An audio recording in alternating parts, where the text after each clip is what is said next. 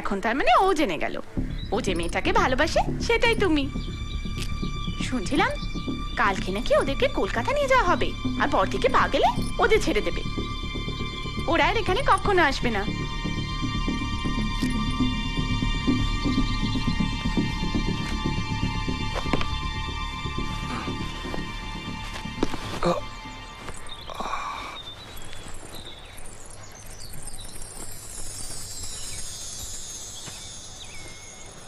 একটা অচেনা অজানা মেয়ের জন্য কেন তো ভাবছিস না? ও আমার কাছে অচেনা নয়, ও রোজ এসে আমার সঙ্গে কথা বলতো। ও নীলকান্ত বাবুর ছোট মেয়ে নন্দিনী। আরে মাথা খারাপ হয়ে গেল নাকি তো?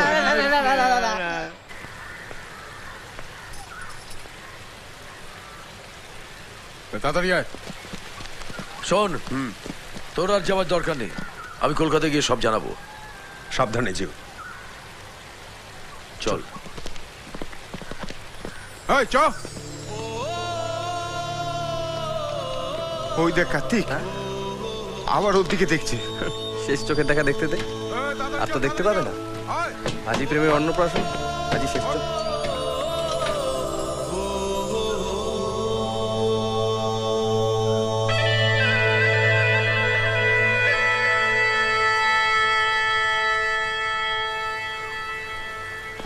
এই যে তুমি কাউকে ভালোবাসো, আর যদি সত্যি কাউকে ভালোবেসে থাকো তাহলে সেটা সাহস করে সবাইকে বলো। হ্যাঁ, কারণ তুমি পালিয়ে গেলে তো আবার তোমার বাবা কাকারা আবার আমাদের ধরে তুলে আনবে।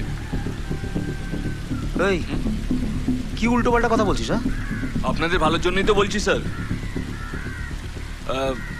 এই যে আমরা তো সবাই কলকাতা চলে যাচ্ছি, বাড়ি ফাঁকা। এখনো যদি কারোর সঙ্গে পালিয়ে যায় তাহলে দোষটা তো হবে পরের ছেলের। সেই জন্যই জেনে নিলাম কেউ আছে কিনা। এক মিনিট, এই যে কেউ নেই তো তোমার? এই আমাদের বাড়ির মেয়ের সম্পর্কে আর একটা উল্টো পাল্টা কথা বললে গলা টিপে খুন করে রেখে দেবো। আপনাদের বাড়ির মেয়ের জন্যই আমাদের কপালে এত দুঃখ।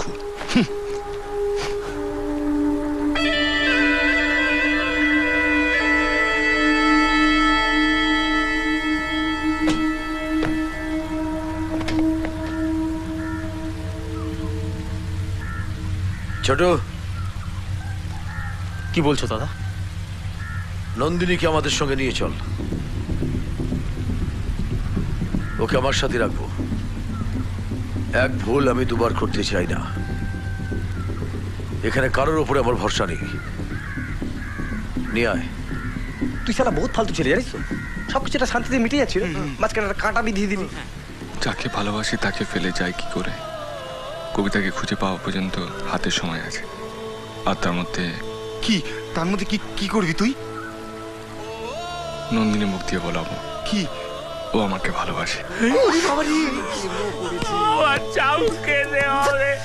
সাবধানে থাকবি।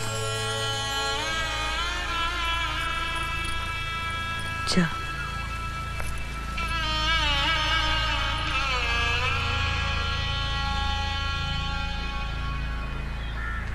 তুমি ওকে মন থেকে সরাতে চেয়েছিলে, আর আজ ও তোমাকে এই বাড়ির থেকে বাইরে নিয়ে যাচ্ছে। তোমরা এইভাবে একসাথে কতদিন থাকবে আমার ভীষণ ভয় করছে। আমার কোনো ভয় নেই, আমার কাছে আমার ভগবান কৃষ্ণ আছে। রক্ষা করো।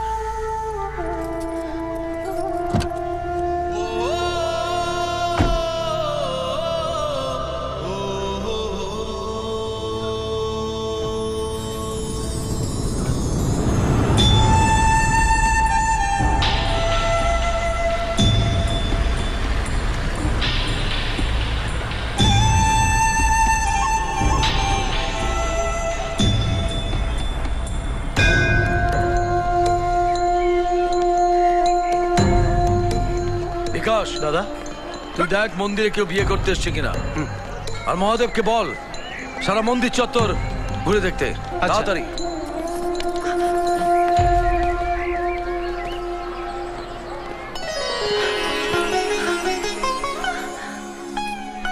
এতদিন তোমাকে না জেনে ভালোবেসে এসেছি, কিন্তু জানার পর আরো বেশি তোমার প্রেমে পড়ে গেলাম। আপনার মাথায় কি ছিট আছে নাকি? দেখছেন আমরা সবাই টেনশনে আছি। আর আমি তোমার সাথে প্রেমের সেশন চালিয়ে যাচ্ছি। দূর মশাই, ছাড়ুন তো, এটা তো আমি জানি,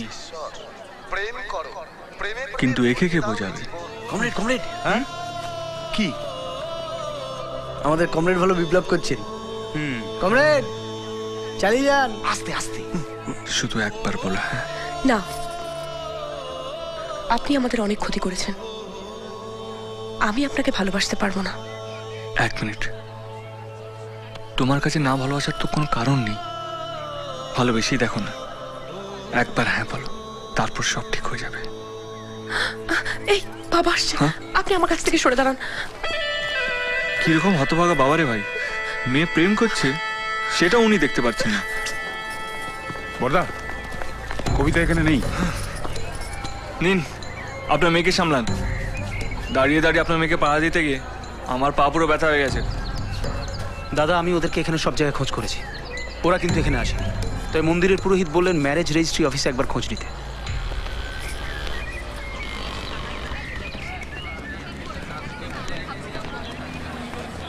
দাদা, তোমরা এখানে একটু অপেক্ষা করো, আমি ভেতরটা ভালো করে দেখি। ঠিক আছে, তুই যা। এই তোরা এখানে দাঁড়া। যা।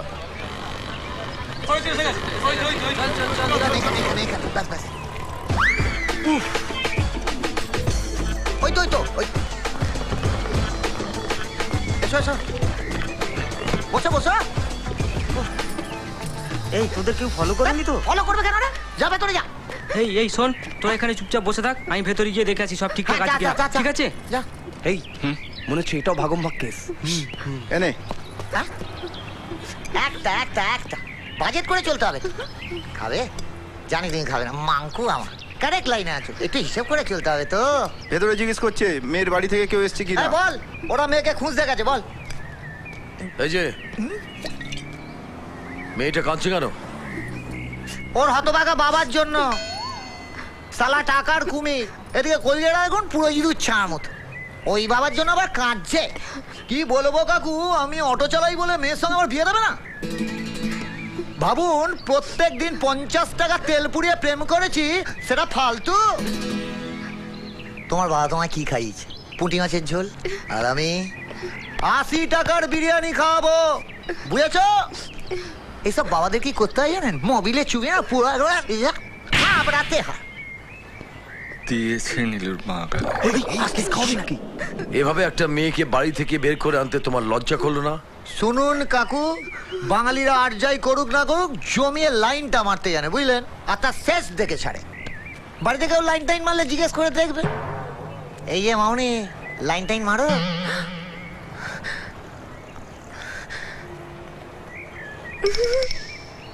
এইটা নীলুর ডান গালে। চুপ কর না। প্রেম, হ্যাঁ? সীমার বাবা জানতে পেরে গেছে তুই ওকে নিয়ে পালিয়ে গেছিস। ওর আত্মীয় স্বজনরা সব খুঁজছে।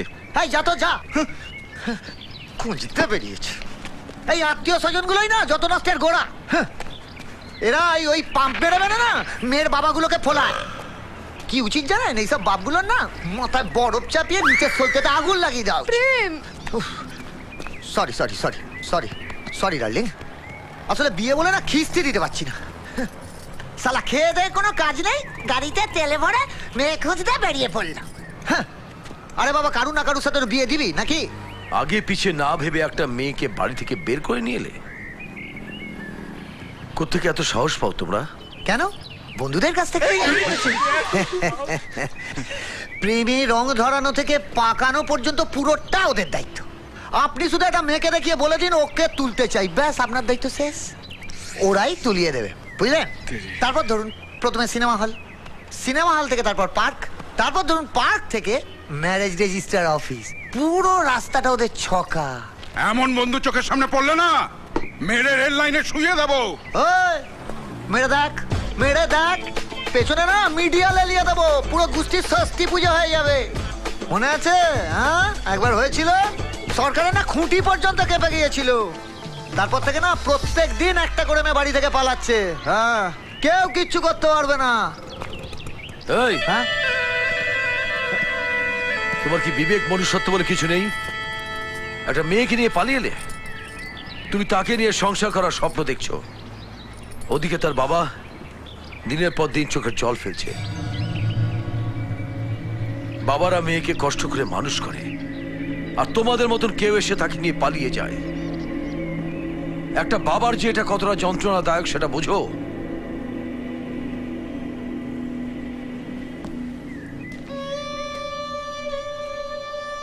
তুই অন্তত বুঝবি মা। দাদা, কি রে? দাদা রেজিস্ট্রি অফিসের ভেতরটা খুব ভালো করে খুঁজে দেখেছি, ওরা কেউ নেই। কেউ নেই? না। চল এখান থেকে, চল চল চল।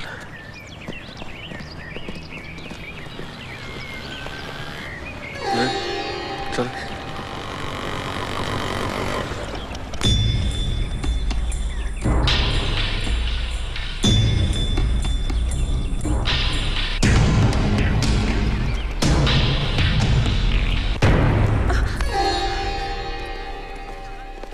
চলো না, আমরাও একটা অটো নিয়ে প্রেম করে আছি।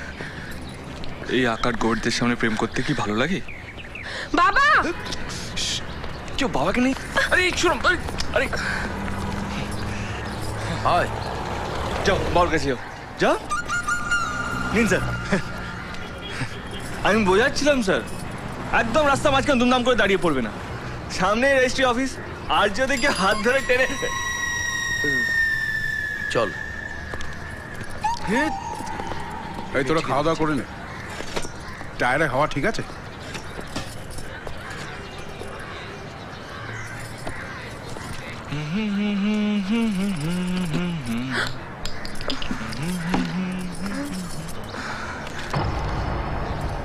কি মারলে?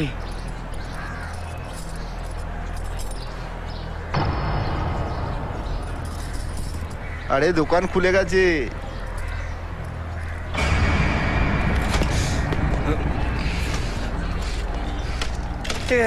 এইগুলো খাবো আমি। বলেছিলাম না মুখ দেখিয়ে কথা বলবি, কথা বলার সময় অন্য কিছু দেখাবি না। অন্য কিছু দেখাবো কেন? দেখলি খেতে চাইছি বলে মারলো আমায়। নুন খান না? নুন খাবো। বল কি খাবি বল।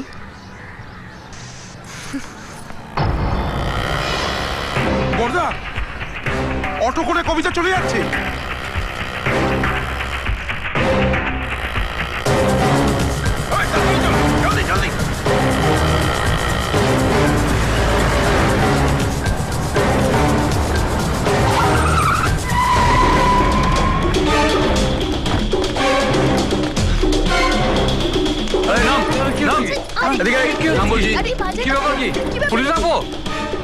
সরি, আমাদের ভুল হয়ে গেছে, আপনারা চলে যান প্লিজ। যা তো সব গাড়ি তোর, যা। অফিসে আমি বিরক্ত করা।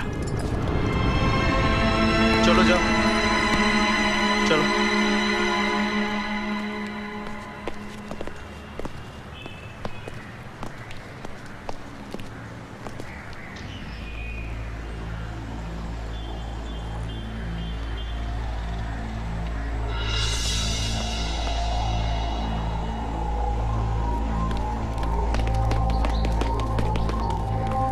আচ্ছা, এখানে একটা মেয়ে বসেছিল, দেখেছেন? হ্যাঁ স্যার ছিল, একটু আগেই চলে গেছে। কোথায় গেছে জানি না। চলে গেছে?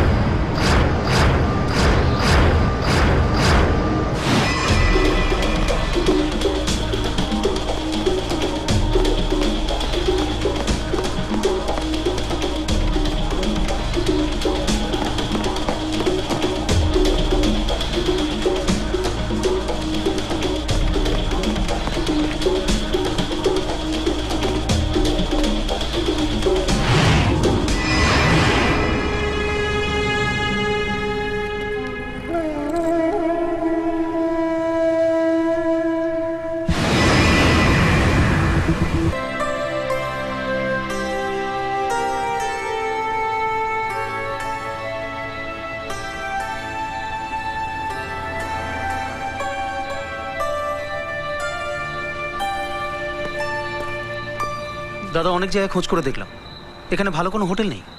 কয়েকটা ছোটোখাটো লজ আছে, কিন্তু ঘরগুলো প্রচণ্ড নোংরা। আমাদের পক্ষে সেখানে থাকা সম্ভব নয়। তাছাড়া তাছাড়া এতগুলো লোক নিয়ে সেখানে থাকতে পারবো না।